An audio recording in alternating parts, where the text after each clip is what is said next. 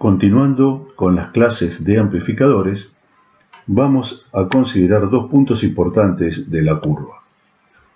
Uno es el extremo izquierdo, que se llama zona o punto de corte, que corresponde a las tensiones alrededor de 0,6-0,7 volts que se necesitan para superar el umbral en la juntura. Si trabajamos con tensiones de entrada a nuestro amplificador que estén por debajo de las tensiones de umbral o de juntura, la señal no puede pasar por ese umbral y por lo tanto no habrá amplificación. El otro punto de interés es el punto de saturación. Si la tensión colector-emisor es alta, hay un límite en el cual el transistor se verá saturado y toda la corriente de emisor va a pasar a colector sin desviarse por base. En esa zona, denominada zona de saturación, vamos a encontrar entonces un fenómeno que es el que se utiliza para que el transistor funcione como llave.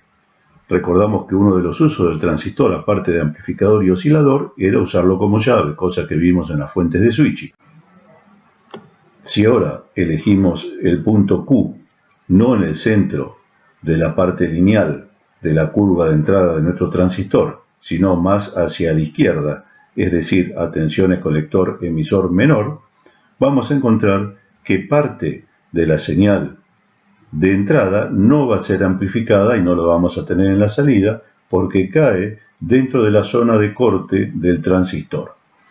De esta manera, la conducción va a ser mayor a 180 grados, pero menor a 360 grados.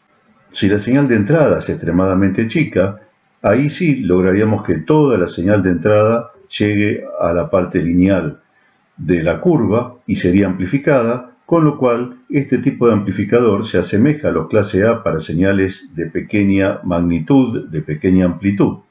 Por otra parte, si la señal de entrada es extremadamente grande, vamos a ver que una porción importante de la señal de entrada va a quedar fuera de la zona de corte, incluso a tensiones más negativas, y por lo tanto no serán amplificadas, asemejándose más a otro tipo de amplificador que veremos luego, que es el clase B. Por lo tanto, un transistor polarizado para conducir más de 180 grados, pero menos de 360 grados, se lo denomina amplificador clase AB. Los clase AB tienen mucha más distorsión que los clase A, salvo una configuración particular que veremos luego, que es la push-pull, mejor rendimiento que clase A porque durante parte del ciclo no hay corriente, y recordamos que si la señal de entrada es muy baja se van a parecer a los clase A y si la señal de entrada es muy alta se van a parecer a los clase B. Por último, podemos ver una representación de cómo funciona un amplificador de este tipo. Una señal de entrada con 360 grados de circulación se amplifica en un clase AB y tendremos la salida amplificada con todos los semiciclos positivos y parte de los semiciclos negativos recortados porque la circulación, recordamos, no llega a los 360 grados. Si ahora ubicamos el punto Q coincidente con el punto de corte del transistor, nos encontramos que la mitad de la señal de entrada va a quedar fuera de la zona lineal de amplificación. Por lo tanto, se va a amplificar solo medio ciclo de señal. Es decir, estamos ante un amplificador que conduce solamente 180 grados. Es el caso de los amplificadores clase B. Aquí vemos que la corriente en estos amplificadores no existe cuando no hay señal. Con lo cual, obviamente, van a tener mucha mayor distorsión porque tenemos la mitad del tiempo sin señal, aunque obviamente habrá mucho menos consumo, que hace que su rendimiento sea superior.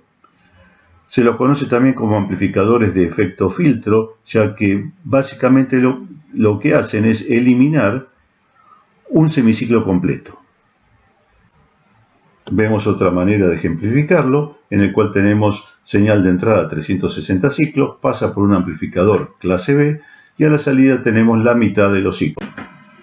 Una aplicación muy común de los amplificadores clase B es usarlos en una configuración que se llama push-pull. La configuración push-pull utiliza dos transistores, polarizados ambos en clase B, uno NPN y otro PNP. Ambos transistores tienen que tener características eléctricas idénticas, salvo por supuesto la polaridad. se los denomina transistores apareados. De esta manera, uno de los transistores amplifica los semiciclos positivos y el otro transistor los semiciclos negativos. De esta manera, logramos la calidad de amplificación de un clase A, ya que está amplificada la señal en 360 grados, con la ventaja de la clase B, que es su menor consumo. Si polarizamos el transistor para que el punto Q esté mucho más a la izquierda del punto de corte del transistor, es decir, tensiones colector-emisor inversas, vamos a ver que no solo no podemos amplificar uno de los semiciclos, sino que el otro semiciclo va a estar recortado, se va a amplificar solo una parte, que es lo que vemos aquí en la salida, de manera tal que la conducción de corriente va a ser inferior, menor a 180 grados. Estos son los amplificadores clase C, que por supuesto tienen mucha mayor distorsión porque estamos amplificando una parte muy pequeña de un semiciclo, obviamente la gran ventaja, mucho menor consumo, y son amplificadores que se utilizan en radiofrecuencia. Vamos a ver después el motivo de su uso, y la gran ventaja que tienen es que podemos trabajar con potencias muy elevadas con mucho menor consumo. Aquí vemos cómo funcionaría un amplificador clase C, señal de entrada 360 grados, pasa por el amplificador, salida menor a 180 grados. Acá tienen un buen resumen de lo que hemos visto de amplificadores según sus clases. Tenemos el transistor, sabemos que según cómo se polarice mediante las resistencias y las tensiones de alimentación, vamos a lograr que el punto Q, el punto quiescente, esté en distintas posiciones de la curva. Según la posición en que está, si está en el medio de la zona lineal de amplificación, tendremos un amplificador clase A que amplifica la señal 360 grados invirtiendo la fase.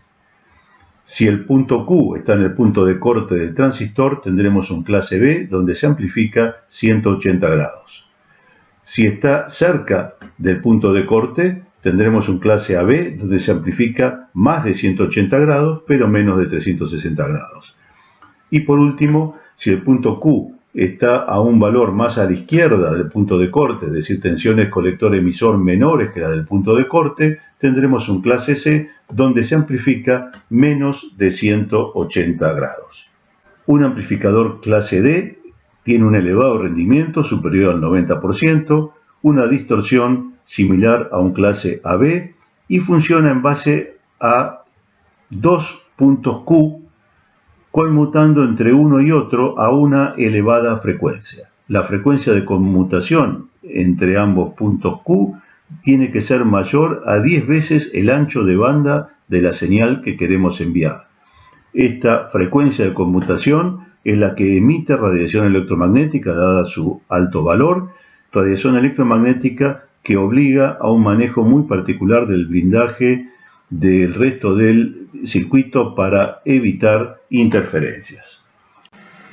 Fundamentalmente tenemos entonces dos puntos Q, uno cerca del corte, otro cerca de la saturación, y un circuito que nos va a hacer conmutar entre Q1 y Q2 a una frecuencia 10 veces superior al ancho de banda que queremos enviar. Claramente estos amplificadores se utilizan para amplificar señales digitales y no para señales analógicas de audio frecuencia. Los amplificadores clase E, centrados en una frecuencia con muy bajo ancho de banda, se los conoce también como amplificadores sintonizados, justamente por estar centrados, diseñados para amplificar una frecuencia fija con muy poquito ancho de banda, son los que se usan fundamentalmente para amplificar pulsos. Recordamos que un pulso es una señal de una amplitud determinada, pero que tiene muy poca duración en el tiempo. Los amplificadores de pulso los vamos a ver fundamentalmente en radares y equipos similares de microondas.